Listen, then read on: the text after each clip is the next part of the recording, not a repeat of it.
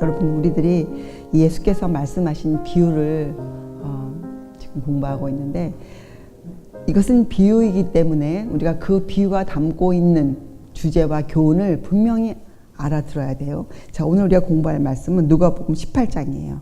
누가복음 18장 1절. 우리가 이것을 공부하기 위해서 우리가 무엇을 공부했습니까? 우리가 무엇을 필요로 하는 사람인지, 우리의 심령이 무엇을 원하는 사람인지를 우리가 알아야 한다. 그래야 우리가 주님께 그것을 간구드릴 수가 있는 것이죠. 내가 내 뜻대로 내 원하는 것을 주님께 부탁하는 것이 아니고, 내 심령이 성령께서 왜 탄식하시는지 나를 위해서, 그 진정한 것을 우리가 알아채려서 그것을 주께 간구드릴 수 있는 사람이 되기 위해서 우리가 그동안 공부를 했는데, 오늘은 이제 거기에 더해서 우리가 그 간구를 어디까지, 언제까지 드려야 하겠는가를 예수님께서 말씀해 주셨는데, 여러분, 이 누가복음 18장 1절의 배경을 좀 여러분이 아셔야 돼요. 이 누가복음 18장 1절의 배경은 예수님이 어떤 상황에서 이런 말씀을 하셨는가? 그때 17장을 돌아가 보면 사람들이 예수님께 물어보죠.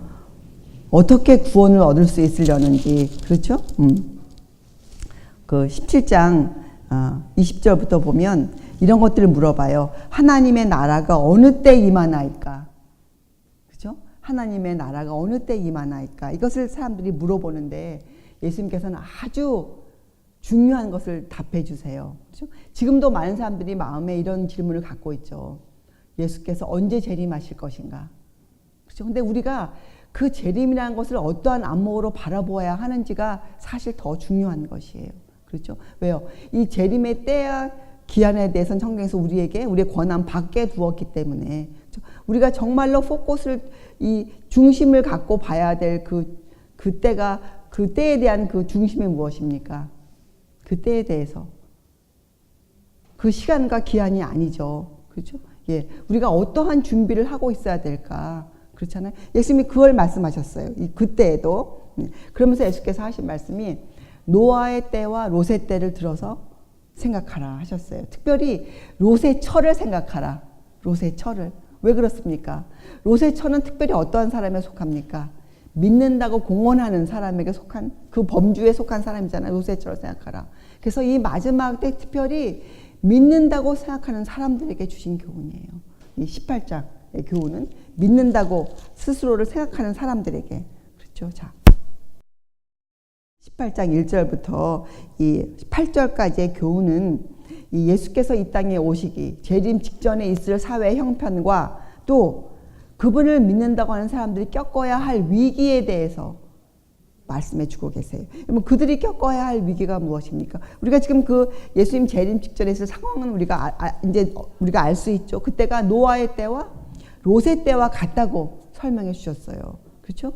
노아의 때나 롯의 때나 우리 때나 지금 다 똑같죠. 사람이 사는 것은 시대가 달라졌지만 다 똑같아요. 어떻게 삽니까? 우리가 먹고 마시고 입고, 심고 짓고 사고 팔고 시집가고 장가가고 이러면서 인생이라는 인생들이 다 살고 있지 않습니까? 6,000년을 통해서. 그렇죠? 자, 그 시대의 형편을 말씀하셨어요. 어떤 형편입니까? 사람들이 그렇게 살면서도 어떻게 해요?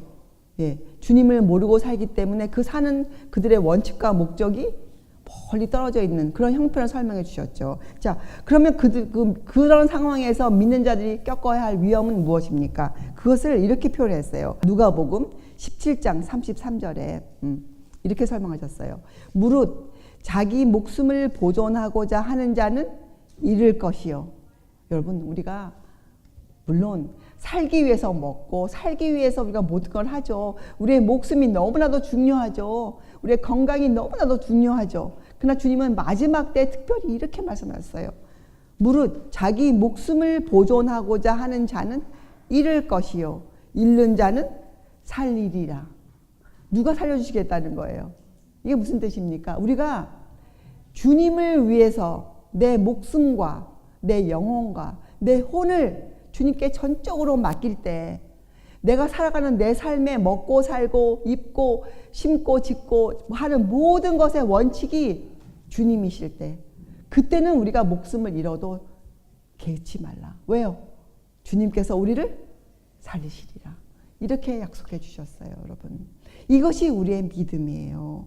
그렇죠? 자, 그래서 이 18장 1절에서 8절의 기도는 그런 믿음을 만약에 너희들이 지금 원하고 갖기를 원하고 또 그렇게 너희가 살고 있다면 어떻게 기도하라. 낙심치 말고 항상 기도하라. 그래서 비유를 주셨어요. 이 비유에 누가 등장합니까?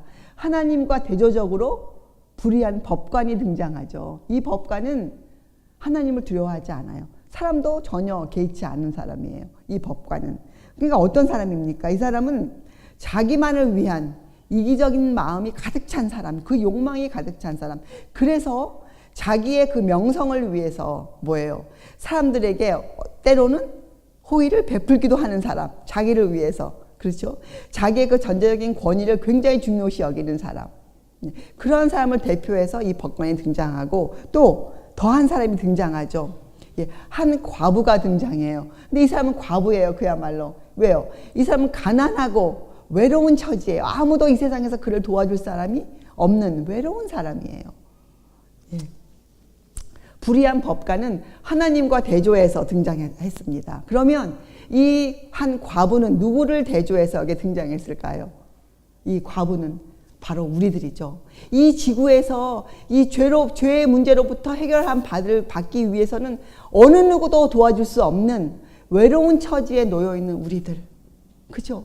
이 죄의 속박에서, 이 사단의 권세에서 놓여나기 위해서는 우리가 누구에게도 도움을 청할 수가 없는 아주 가난하고 외로운 처지에 놓여 있는 바로 이 한 과부와 같은 처지에 있는 우리들을 대표해서 이 사람이 비유에 등장했어요.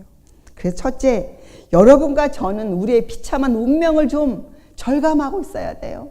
여러분과 제가 도대체 이 땅에서 이렇게 지금 호의호식하며 살고 있을지라도 실제 우리의 모습은 가련하고 어디 손 벌릴 데 없는, 도와줄 자 한 명도 없는 아주 가난한 외로운 우리의 모습을 여러분이 좀 보셔야 돼요. 그렇죠? 자, 우리는 이 죄 때문에 이 무한하신 하나님과의 관계가 완전히 끊어졌어요. 돌아갈 길이 없어요. 내 힘으로는 구원을 얻을 방도가 전혀 없어요. 단 한 길만이 열려 있죠. 우리를 위해 목숨을 내어놓으신, 우리를 위해 생명을 내어놓으신 예수 그리스도. 사람으로 이 땅에 오신 그분만이 우리의 유일한 구원자세요. 그렇죠? 자, 성경에는 이 하나님의 마음을 이렇게 표현해 놓으셨어요. 신명기서 32장 9절과 10절에 이렇게 적으셨어요. 여호와의 분깃은 자기 백성이라. 야곱은 그 택하신 기업이로다. 여호와께서 그를 황무지에서 짐승의 부르짖는 광야에서 만나시고. 여러분, 우리의 생애가 지금 뭐에 비교되어 있습니까? 황무지. 여러분, 우리 사막에 한 번도 안 가봤지만 우리가 그려볼 수 있겠죠? 아무도 우리를 도와줄 수 없는, 인가가 없는, 아무것도 보이지 않는 황무지. 또 누구만 있어요? 부르짖는 짐승들, 우리를 삼켜버리기 위해서 부르짖는 짐승들만 가득한 곳. 그곳에서 우리를 만나시고 호위하시며 보호하시며 자기 눈동자같이 지키셨도다. 여러분, 그분이 여호와 하나님이세요. 하나님께서 당신의 마음을 우리에게 이렇게 표현해 주셨어요. 우리를 어떻게 지키신다고요? 당신의 눈동자같이 우리를 지켜주시겠다. 그래서 우리에게 이 마지막 때에 살고 있는 우리에게 할 일을 주셨어요. 어떻게? 과부가 한 것처럼 어떻게 해요? 부르짖으라. 항상 기도하라. 낭망치 말 것을 우리에게 말씀하셨어요. 자, 여러분, 왜 그렇습니까? 이 세상은 어느 세력의 지배하에 지금 놓여 있습니까? 이 세상이 사단의 세력 하에 놓여 있어요, 여러분. 사단은 누구의 원수입니까? 사람의 원수예요. 특별히 누구? 하나님을 믿고자 하는 자들의 원수예요. 사단의 부하들, 악한 천사들이 있죠. 또 누가 있습니까? 사단에게 동조한 사람들. 예. 원수들이에요. 우리의 원수들. 예. 근데 이 과부가 이렇게 말했어요. 나의 원한을 풀어주소서. 근데 여러분, 우리가 여기서 좀 조심할 것이 있습니다. 자, 사람이 보는 원한이란 건 뭡니까? 사람이 갖고 있는 원한에는 어떠한 감정이 실려 있습니까? 예. 분노가 섞여 있죠. 사람은 원한을 품으면 격분하게 돼요. 그 원한을 품고 있는 대상을 만나면 어떻게 됩니까? 예, 화가 치밀어 오르죠. 그래서 분노가 솟구쳐 올라서 격정을 이기지 못해요. 그래서 그만 그 입으로 어떻게 해요? 죄를 짓게 되죠. 여기서 말하는 그 원한은 그런 원한이 아니에요. 이 원한은 무슨 원한입니까? 이 원한은 어찌할 수 없는 나의 모습. 그죠? 정말 내가 그렇게 살고 싶지 않지만 내가 주님을 알기 때문에, 주님의 그 큰 사랑을 내가 한번 경험했기 때문에 내가 정말 그렇게 살고 싶지 않지만 어떻게 우리가 어떤 때는 알지 못하며 지은 정말 또 죄들이 얼마나 많습니까? 또 순간적으로 아차하는, 그죠? 예, 헛되는 실족하는 일들이 생기지 않습니까? 그때 우리의 심령이 어떻게 됩니까? 정말 괴롭죠. 그때 우리가 이런 기도가 나와요. 주님, 제발 도와주소서. 저를 도와주소서. 그때 우리 마음의 원한이 사무쳐. 어디에 대한 원한입니까? 예, 이 죄에 대한 원한이 사무쳐요. 우리가. 그런데 우리가 또 함께 뭘 압니까? 내가 그 죄를 어찌할 수 없다는 나의 무기력한 것을 내가 알아요. 그래서 분노가 생기기보다는 우리에게 뭐가 생깁니까? 우리가 예, 내 심령의 연약함 때문에 우리가 쓰러지죠. 주님 앞에. 그래서 우리가 어디로 달려갑니까? 예, 주님께로 달려가요. 우리가 주님께로. 그래서 여러분, 사단이 괴롭히는 그 괴롭힘이, 그 시련이 도리어 우리를 어떻게 합니까? 주님께로 가까이 가게 만들어줘요. 우리가 알고 믿으면, 우리가 알고 대처하면. 그래서 여러분, 이 성경에 나와 있는 많은 믿음의 조상들의 그 생애들, 예, 그들이 저질러 놓은 실수들, 또 주님의 사도들이 범한 그 실수들, 예, 그렇죠? 예, 이 성경 전체에 흐르고 있는 그 귀한 교훈들이 사실은 한 곳을 바라보면서 교훈들이 행해지고 있어요. 그곳이 바로 어디입니까? 바로 예수님이 이 땅에 오시기 전의 세상이에요. 주님께서 아세요. 주님께서 주님께서 오시기 바로 그 전의 세상이 얼마나 악할지를, 또 사단이 자기 때가 얼마 못됨을 알고 내려와서 믿는 자들을 괴롭히는 그 정도가 얼마나 극성인지를, 정말 참혹한지를 주님이 아세요. 주님이 우리에게 성경을 남겨놓으신 거예요. 그래서 이 모든 믿음의 선배들은 지금 어느 곳을 바라보고 있습니까? 예, 우리들을 바라보고 있어요. 우리들이 이 믿음에 성공하기를 그들이 바라보고 있어요. 그들이, 그쵸? 예.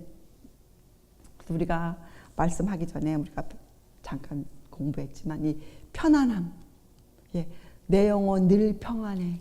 이 평안함, 세상에서 말하는 그런 편안이 아니고, 이것은 정말 내 영과 혼과 내 육이 함께 주 안에서 평안함을 누리는 거예요. 이것은 어떤 평안함입니까? 아, 나는 이제 할 일이 아무것도 없구나.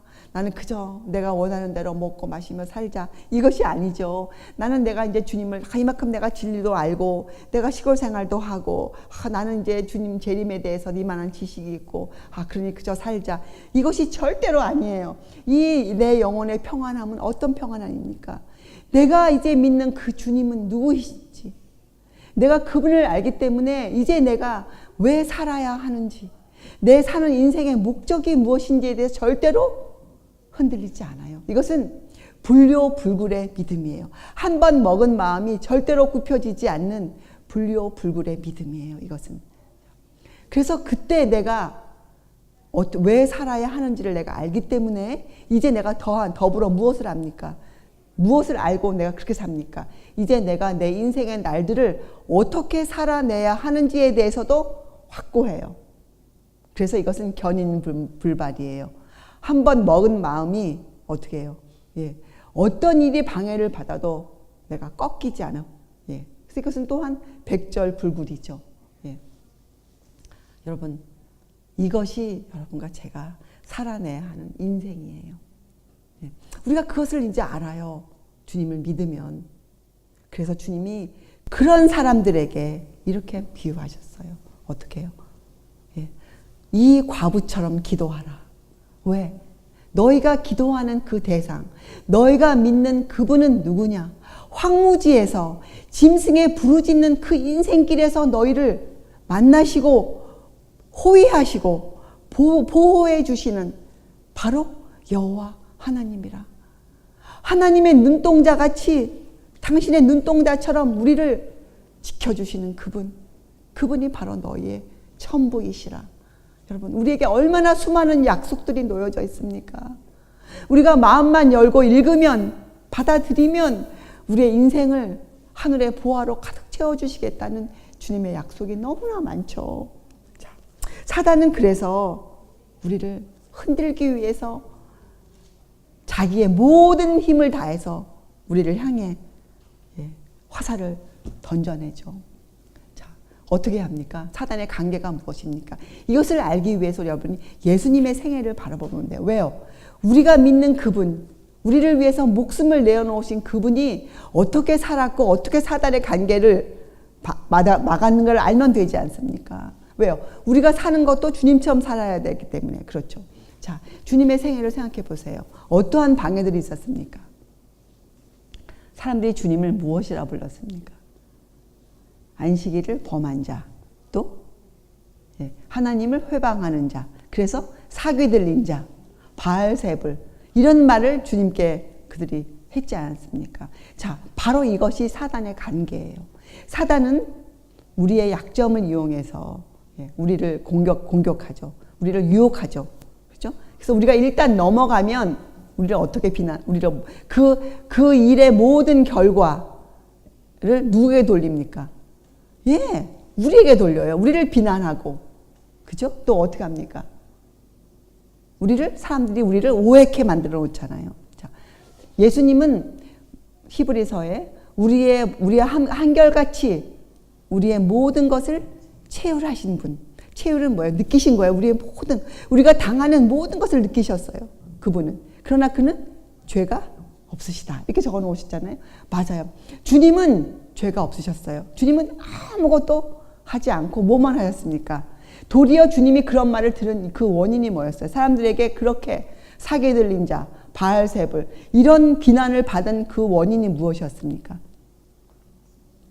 하나님이 예수께서 이 땅에서 누구께 충실하셨기 때문에, 하나님께, 아버지 하나님의 뜻에 정직하시고 충실히 행하셨기 때문에 사람들이 그분을 비난했어요. 그것이 비난이었어요. 자, 믿는 자들을 향한 사단의 관계가 바로 그것이에요. 우리가 정말 주님 앞에 성실히 안 행할 때 받는 건 비난이 아니에요. 그건 비난이 아니고 그건 마땅히 들어야 될 소리죠. 비난이란 것은 무슨 뜻입니까? 내가 옳게 행하고 있음에도 불구하고 듣는 소리예요. 주님처럼 내가 주님의 뜻에 합당하게 주께서 주신 그 말씀대로 먹고 마시며 입으며 심으며 사고 팔고 살고 있는데도 불구하고 사람들이 나를 어떻게 해요? 비난할 때, 그래서 오해케 만들 때, 그것이 사단이 우리에게 주고 싶은 관계예요. 그래서 어떻게 해요? 우리로 하여금 그 비난에 못 견뎌서, 사람들이 오해하는 그 오해가 못 견뎌서 어떻게 해요? 그만 타협하게 만들어 버리는 것. 그것이 사단이 갖고 있는 관계예요. 관계. 자, 그래서 정말로 진실로 믿고자 하는 사람들의 그 믿음, 주님을 믿는 믿음, 주님처럼 살고자 하는 그 정직성, 충실한 마음을 파괴시켜 놓고자 하는 것이 사단의 마음이에요. 내가 이 사람은 나를 좀 좋아해 주니, 이 사람은 조금 내가 하는 말을 들어주니, 내가 조금은 이 사람의 뜻에 맞춰줘야 되지 않을까, 슬쩍 이렇게 마음이 들게 하는 것, 이걸 사단이 노리고 있는 것이 우리에게서. 여러분, 우리는 누구만 바라보아야 합니까? 우리가 어떠한 경우에도 어떠한 사람이 어떻게 여러분을 사랑한다고 외치는 사람일지라도 그들이 하는 그 말에, 그들의 요구에 우리가 귀를 기울여서는 절대로 안 된다는 것이 성경의 말씀이에요. 그러면 나도 망하고 또 누구도 망합니까?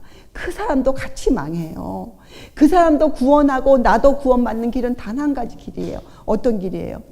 예, 주님의 요구에, 주님의 말씀에 충실히 행하는 것 하나뿐이에요. 그 길뿐이 없어요.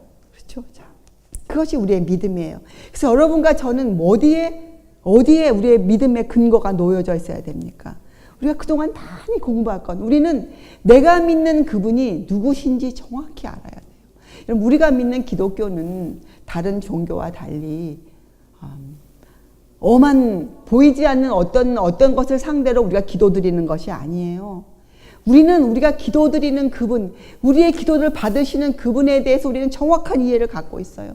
우리는 그분의 얼굴을 볼 수 있는 사람들이에요. 우리는 그분의 모습을 그려볼 수 있는 사람들이에요. 그래서 그분은 내 마음에 살아계신 하나님이세요. 그분은 살아계신 분이에요. 그래서 우리의 믿음이 산 믿음이 될 수 있는 것이죠. 우리가 그분을 그렇게 못 보는데 어떻게 우리의 믿음이 살아서 내 생활을 이끌어줍니까? 절대로 죽은 믿음은 그렇게 못해요. 예. 우리가 살아있는 그 하나님을 내가 모시고 있기 때문에 내 믿음이 살아있는 믿음으로 오늘도 그분과 함께 먹고 마시며 그분과 함께 숨쉬며 그분의 심장과 내 심장이 함께 뛰며 우리가 살 수 있는 것이죠. 자, 그래서 여러분, 우리는 비록 불에 거슬린 나무처럼 우리가 꺼냄을 받을지라도 우리는 그분의 자녀들이에요. 그분은 우리를 당신의 눈동자로 여기시고 우리의 이름을 당신의 손바닥에 새기시고 계세요. 그렇죠. 그래서 여러분과 저는 우리가 믿는 그분, 내가 기도드리는 그분, 내가 눈을 들어 바라보는 그분을 누구신지 정확히 우리가 이해하고 있어야죠. 우리의 마음이 그분을 만져보고 있어야 돼요. 롯의 처는 그분을 몰랐어요. 그분을 믿는다고 외쳤지만 그분이 진정으로 자기에게 누가 되시는지를 롯의 처는 그분을 만져보지 못했어요. 그분의 얼굴을 보지 않고 살았어요. 그래서 그는 그만 무엇이 되고 말았습니까? 소금 기둥이 되고 말았죠. 자, 여러분, 우리가 믿는 그분은 사람으로 이 땅에 오셔서 사람으로 십자가에 돌아가셨어요. 그래서 그분은 우리와 황금줄로, 사랑의 황금줄로 우리를 단단히 얽어매고 계세요.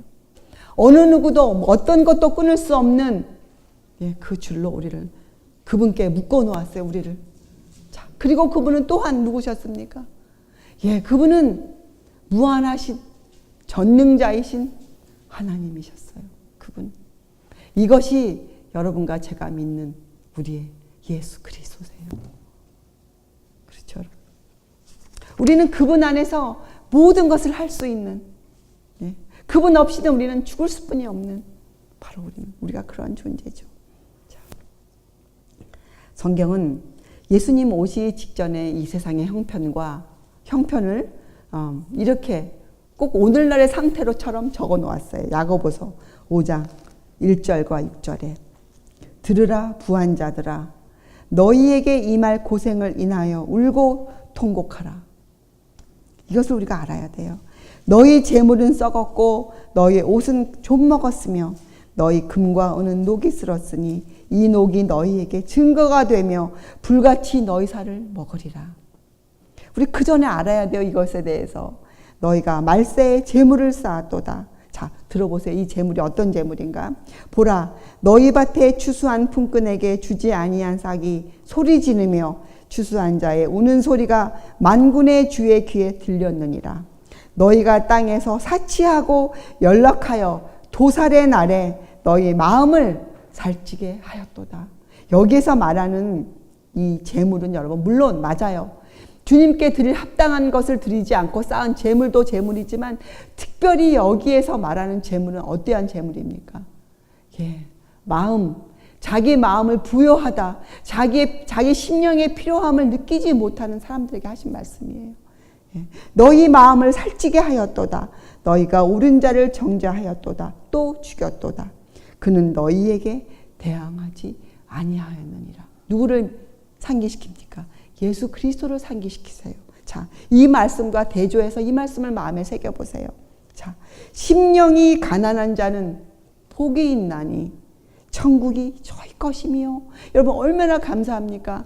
여러분과 저는 이 마음을 살찌우면 안 돼요. 여러분, 우리는 우리의 가난함, 우리의 마음의 가난함, 우리의 마음이 얼마나 지금 이 원한으로 사무쳐 있는지, 우리 마음이 얼마나 괴로운지, 통해하는지, 여러분, 우리는 매일매일 깊이 우리의 마음에 이 통해함을 키워가야 돼요. 자, 그러면 주님이 뭐라고 말씀하세요? 복이 있나니, 우리에게 뭘 주시겠다는 거예요? 천국이 너희 것이라. 천국이 너희 것이라. 여러분, 얼마나 감사합니까? 얼마나 감사합니까? 여러분, 예수님께서는 이 땅에 사실 때 비난과 오해를 정말 많이 받으셨지만 자기를 변호하고 구원하기 위해서 아무것도 하지 않으셨어요. 그들의 비난과 오해에 대해서 반박하지 않으셨어요. 그죠? 자신을 변호하시지 않으셨어요. 또 공박하지 않으셨어요. 더욱이나 폭력을 쓰시지 않으셨어요. 네, 그렇죠, 여러분? 자, 아무것도 하지 않으시고 오로지 무엇 하셨습니까? 당신의 모든 사정을 누구에게 아뢰었습니까? 예, 아버지 하나님께 모든 형편을 아뢰었어요. 자, 주님처럼 기도하신 분이 정말 없으셨죠. 그 바쁜 그렇게 사시면서도 밤새워 기도하시고, 그렇죠? 시시때 때 기도하시고, 어린아이들을 축복하시고, 여러분, 여기에 비교하면 여러분과 저의 기도가 정말 형편없어요. 얼마나 마음이 정말 또 원한으로 사무치는지 모르겠어요. 도대체 왜 이렇게 이 모양인지. 주님께서도 그렇게 기도하셨는데 왜 우리는 밤을 새워 주님께 기도할 생각을 안 하고 사는지, 왜 그러는지, 조금만 힘들어지면 왜 그렇게 토라지는지, 왜 정말 이 모양인지 정말 원한이 사무치죠. 예. 전적으로 아버지께 맡기셨어요. 예수 그리스도께서. 그래서 여러분, 우리가 주님을 믿으면, 원하면, 바라보면 우리가 이 땅에서 쓸 수 있는 방법은 단 한 가지예요. 우리도 어떻게 해요? 주님께 엎드리는 것. 그 길뿐이 없어요. 우리는 정말 주님의 밀실에 들어가 있는 것을 연습해야 돼요. 예. 어려움이 오면 올수록 우리가 어떻게 해요? 예. 그 어려움께 가는 게 아니고 어떻게 해요? 그 어려움으로 인하여, 풍파를 인하여 우리가 어떻게 해요? 주님의 밀실에 그냥 즉시로 들어가는, 그쵸? 예. 한 시간, 한 초도, 1초도 우리가 낭비하지 않고 주님의 밀실로 달려갈 수 있는 그런 삶이 되어야 되죠. 그래서 여러분, 우리 생애 가운데 이해할 수 없는 시련이 종종 와요. 예기치 않았던 재앙들이 닥쳐오죠. 자, 그럴 때라도 우리가 어떻게 해요? 예, 주님께로 들어가야 돼요. 성경은 시편 50편에 이런 글이 있어요. 환난 날에 나를 부르라. 환난 날에 나를 부르라. 여러분, 우리 앞으로 무엇을 바라보고 있습니까? 이 마지막 때 사는 그리스도인들에게 무엇이 임할 것을 성경이 말하고 있습니까? 그렇죠? 다니엘서에 뭐라고 되어 있습니까?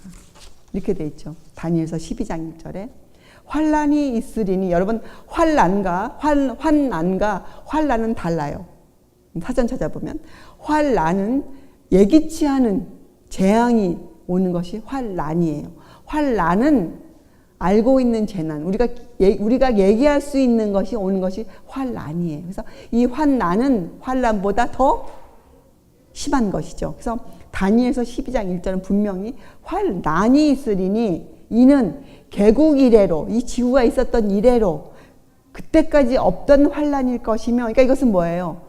전혀 얘기할 수 없는, 예기치 않았던 그런 일이 생길 것이며, 그때에 내 백성 중 무릇 책에 기록된 모든 자가 구원을 얻을 것이라. 이렇게 설명해 놓았어요. 다니엘서 12장 1절에. 그렇죠? 그래서 여러분, 우리는 이해할 수 없는 일들이 앞으로 우리에게 올지라도 어떻게 해요? 우리의 마음에 공부한 것, 이 마음의 평안, 마음의 안정이 깨어지지 않도록 우리가 훈련받아야 돼요. 우리의 마음이 깨어지지 않도록. 지금부터.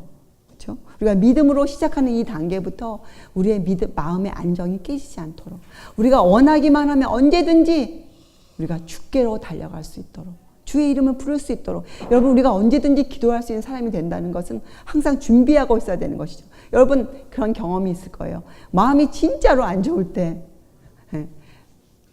정말 내가 주님하고 상관없이 내가 성질을 부리고 있을 때에는 찬송가 소리도 귀찮게 들려요.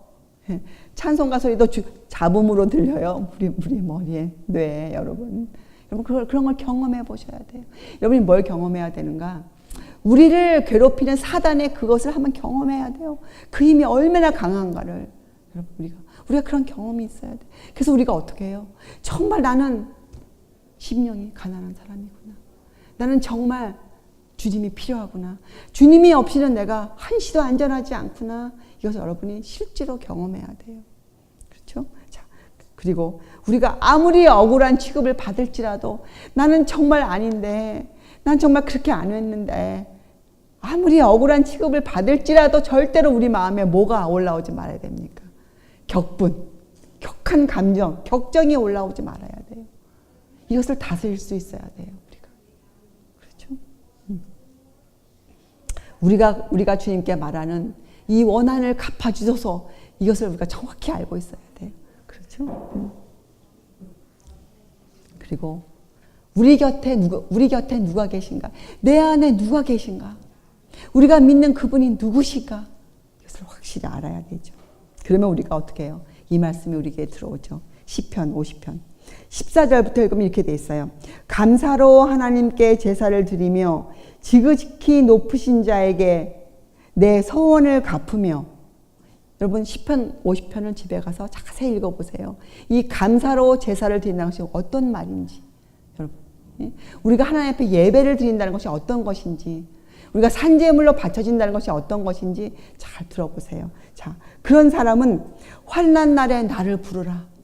내가 너를 건지리니 내가 우리가 하나님을 영화롭게 하리라. 영화롭게 하리라. 우리가 하나님께 영광을 어떻게 돌려드립니까? 어떻게? 여러분, 어떻게 돌려드리세요? 하나님께 영광을. 우리 같은 사람이, 우리 같은 미물이 어떻게 하나님께 영광을 돌려드릴 수 있습니까? 우리 같은 죄인이 어떻게? 단 하나의 방법이에요. 우리가 주님의 품성을 본받아 우리가 그렇게 살 때, 또 우리가 그렇게 사람들을 인도할 때, 그것이 하나님께 영광을 돌려드리는 유일한 방법이잖아요. 그렇죠? 자,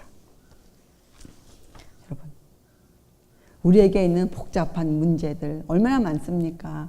또 우리의 공공한 사정들, 어찌할 수 없는 것들, 그렇죠? 또 우리의 영적인 도움, 그렇죠? 이 모든 필요를 주님께 아뢰세요. 주님께.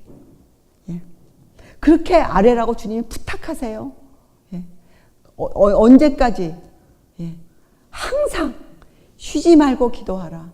항상 낭망치 말고 기도할 것을 우리에게 알려주시기 위해서 이 비유를 들어주셨어요. 자, 성경에 이 기도를 한 사람이, 한 여자가 한 사람 등장하죠. 여러분, 이 성경에 그 많은 사람들 중에서 물론 다 그렇게 기도하셨지만 특별히 이 여인이 주님께 이렇게 기도했어요. 누구냐? 수로보니게 여인. 예. 귀신 들린 어린 딸을 갖고 있었던 그 이방 여자가 어떻게 기도합니까? 주님의 거절을 개의치 않는, 예. 얼마나 믿음이 신실했으면, 얼마나 자기가 믿는 그분에 대한 믿음이 확고했으면, 예. 거절을 개의치 않는 그 정신으로, 예. 그 거절함에도 당황치 않고, 그 저절에도 화나지 않고 분하지 않고, 어떻게 해요? 자기의 필요를 끝까지 아뢰는 그 여인의 기도가 나와 있죠. 그때 그 주님이 그 여인을 어떻게 칭찬했습니까? 내 믿음이 크도다. 그 여인의 믿음을 크게 취급해 주셨어요.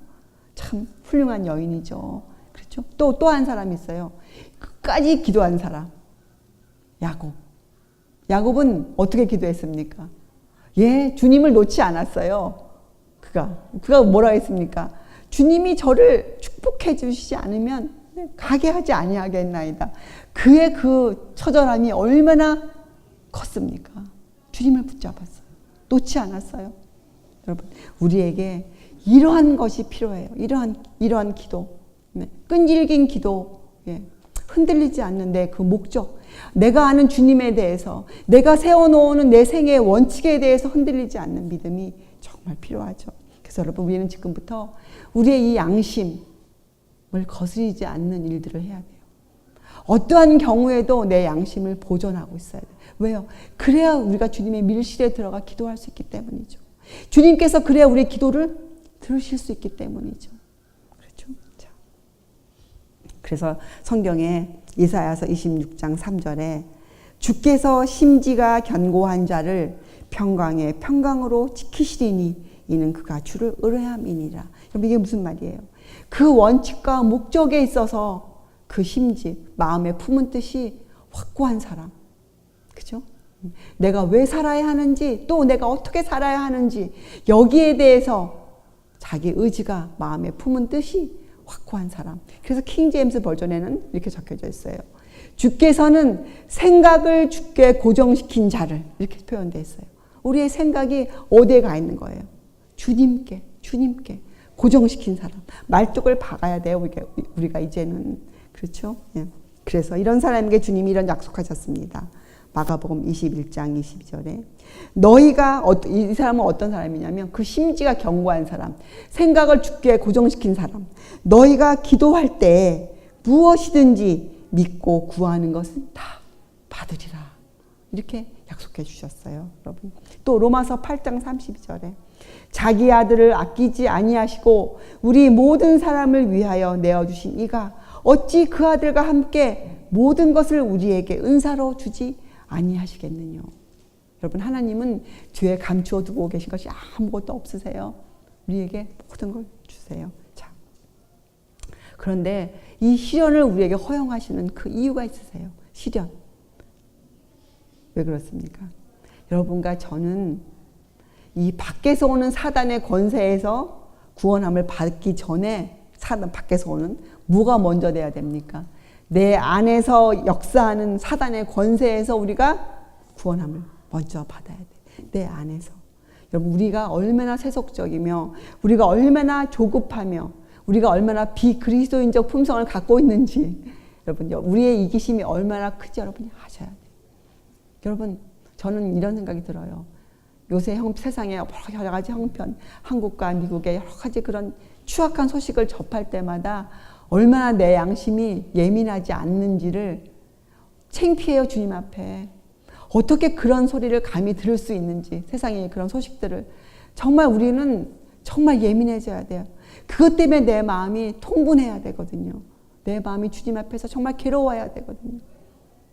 근데 내 일이 아니라 그래서, 내 가족들의 상황이 아니라 그래서 우리가 얼마나 그것을 하찮게 여기며 그저 얘기하며 넘어갑니까? 여러분, 우리가 그렇게 이기적인 사람들이에요, 여러분과 제가.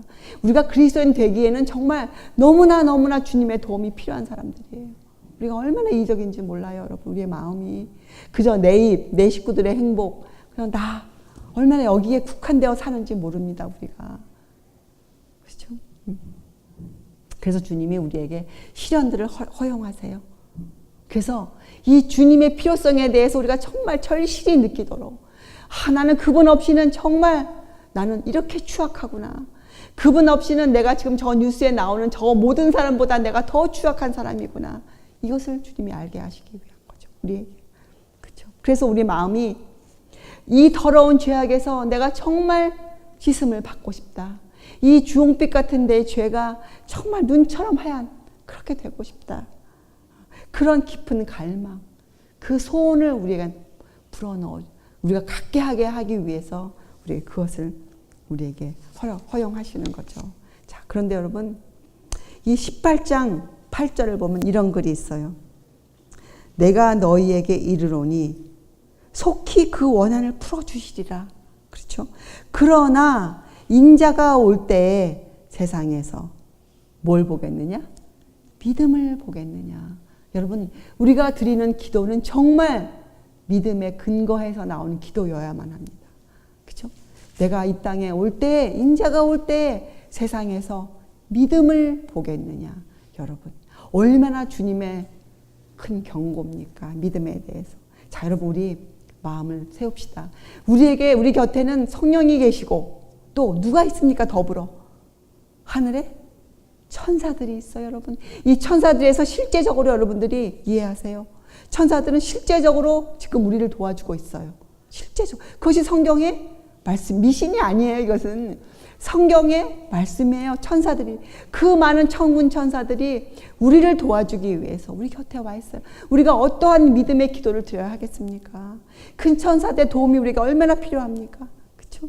자, 그리고 여러분, 롯의 철을 기억하세요. 롯의 철을 생각하세요. 그렇죠? 그래서 여러분, 인자가 올 때 세상에서 믿음을 보겠느냐, 이 주님의 경고의 큰 음성을 여러분 마음에 새기세요. 믿음. 나에게 어떠한 믿음이 필요한가? 그래서 우리가 어려움이 닥쳐올 때에도 우리가 어떻게 해요? 주님 안에서 당당하게 서 있는, 주님 안에서 나 홀로 그 태풍을 맞는 것이 아니고 주님을 통해서 맞는, 그렇죠? 그래서 그 시련이 나에게 복이 되는, 우리가 그런 놀라운 경험을 우리가 하여야 합니다. 자, 이 성경절을 읽고 우리가 한번 몇 절 읽고 끝내겠어요. 나훔서 1장 3절에 이렇게 돼 있어요. 여호와는 노하기를 더디하시나 그 여호와는 권능이 크시며 죄인을 결코 사하지 아니하시느니라. 잘 들어보세요. 근데 여호와의 길은 어디에 있는가? 회리바람과 광풍에 있고, 여러분, 여호와의 길이 어디 있어요? 우리의 인생의 폭풍 가운데 있어요. 주님이 그 안에 길을 내세요. 회리바람과 광풍에 있고 그 구름은 그 발에 티끌이니라. 우리 주님은 구름도 우리 주님의 티끌이에요. 먼지예요. 그 전능자가 우리의 하나님이세요. 우리 아버지세요. 예, 그래서 우리 인생에 닥쳐오는 환난들을 여러분 우리가 어떻게 주님 안에서 맞을 수 있어야 돼요. 주님 안에서. 그렇죠? 그래서 베드로전서 4장 12절과 16절엔 이렇게 적혀져 있어요. 사랑하는 자들아, 너희를 시련하려고 오는 불시험을 이상한 일 당하는 것 같이 이상히 여기지 말고 오직 너희가 그리스도의 고난에 참여하는 것으로 즐거워하라. 이는 그의 영광을 나타내실 때에 너희로 즐거워하고 기뻐하게 하려 함이라. 너희가 그리스도의 이름으로 욕을 받으면 복이 있는 자로다. 이게 뭐예요? 비난과 핍박을 받으면 복이 있는 자로다. 영광의 영, 곧 하나님의 영이 너희 위에 계심이라. 너희 중에 누구든지 살인이나 도적질이나 악행이나 남의 일을 간섭하는 자로 고난을 받지 말고, 만일 그리스도인으로 고난을 받은 즉 부끄러워 말고 도리어 그 이름으로 하나님께 영광을 돌리라. 자, 야고보서 5장 7절과 8절엔 보라, 농부가 땅에서 나는 귀한 열매를 바라고 길이 참아 이른 비와 늦은 비를 기다리라니 너희도 길이 참고 마음을 굳게 하라. 주의 강림이 가까우니라. 자, 히브리서 10장 35절 37절. 그러므로 너희 담대함을 버리지 말라. 이것이 큰 상을 얻느니라. 너희에게 인내가 필요함은 너희가 하나님의 뜻을 행한 후에 약속을 받기 위함이라. 잠깐 후면 오시리가 오시리니 지체하지 아니하시리라. 여러분, 성경은 우리에게 이렇게 많은 약속, 경고를 주고 계세요. 여러분, 우리 모두 여러분이 읽는 이 성경 말씀에 주의하여 온 마음을 들여 우리가 정말 믿음의 기도, 승리하는 기도를 드리는 우리가 되기를 바랍니다. 기도하시겠어요? 하늘에 계신 하나님 아버지, 우리의 아버지 되시는 그 하나님, 제 안에 살아계신 우리 하나님 아버지, 하나님, 저희가 산 믿음으로 주와 협력하여 주의 밀실에서 승리를 얻어내는 주님의 백성 되게 하여 주시옵소서. 감사드리며 귀하신 우리 구주 예수 그리스도의 이름으로 아버지께 간절히 기도드리옵나이다. 아멘.